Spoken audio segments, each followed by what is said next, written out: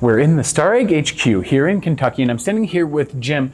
We're going to be talking about semiconductors because, man, there's so much buzz out there about semiconductors right now, Jim. There is. So, but what's even important? It's not something as a machinist I got to do. So what do people need in the semiconductor world to get good parts? So in our world, it's all about material removal. Yeah. Okay. And there's a lot of machines on the market that can just rip aluminum. But there's a lot of things that also go along with that. So accuracy, rigidity, because there's surface finishes on these semiconductor parts that are absolutely critical, or the parts just don't function the way they're intended. So when you have tool blends, where one feature of the part is intersecting with another feature of the part, you have a blend area. If your machine doesn't have the accuracy or it doesn't have the rigidity to have that, I guess, geometric tolerance, then you lose that surface finish, you lose those blends. So that's why it's really, really important to have a rock solid machine and also a very accurate machine to be able to hold those surface finish and those blends. That's really one of the most critical features, because you're removing an enormous amount of material, whether the parts are small like we have here, or the parts are large like the size of this machine. You really, it all works out the same. It's all about material removal, but then being able to hit the accuracies and the surface finish requirements of those parts. Okay, so in the case of Starrag, what are you guys doing for your machines to make that possible then? So we start out with an extremely rigid base casting, normally cast iron, across the board on all of our equipment. The machine that we are standing in front of is one of our X-series 5-axis machines, but we also go up to extremely large gantry and portal type machines as well for semiconductor. So you have to have a rock solid foundation. Okay.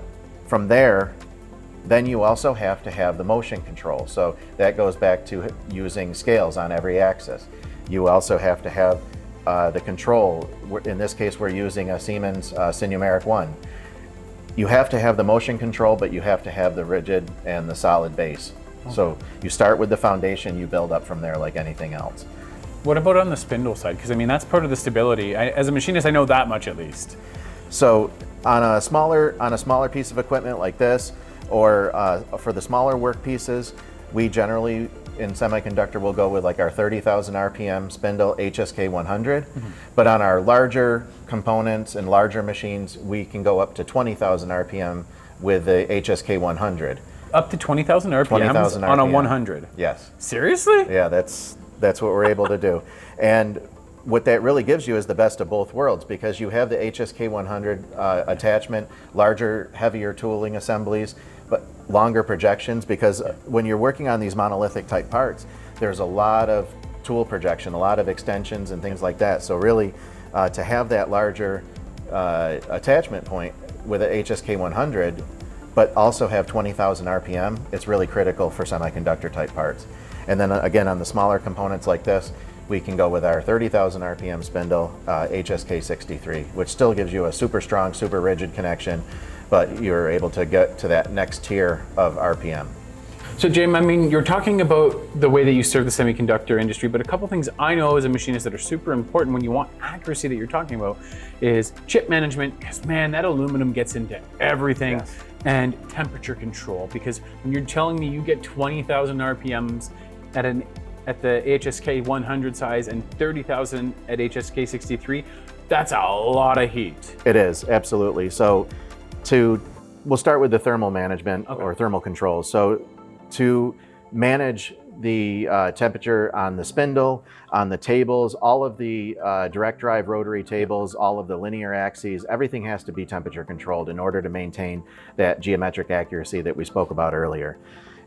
By doing that, we have a single point chiller system on the machine that's a standalone item, and that actually handles all of the temperature management, whether it's heating or cooling.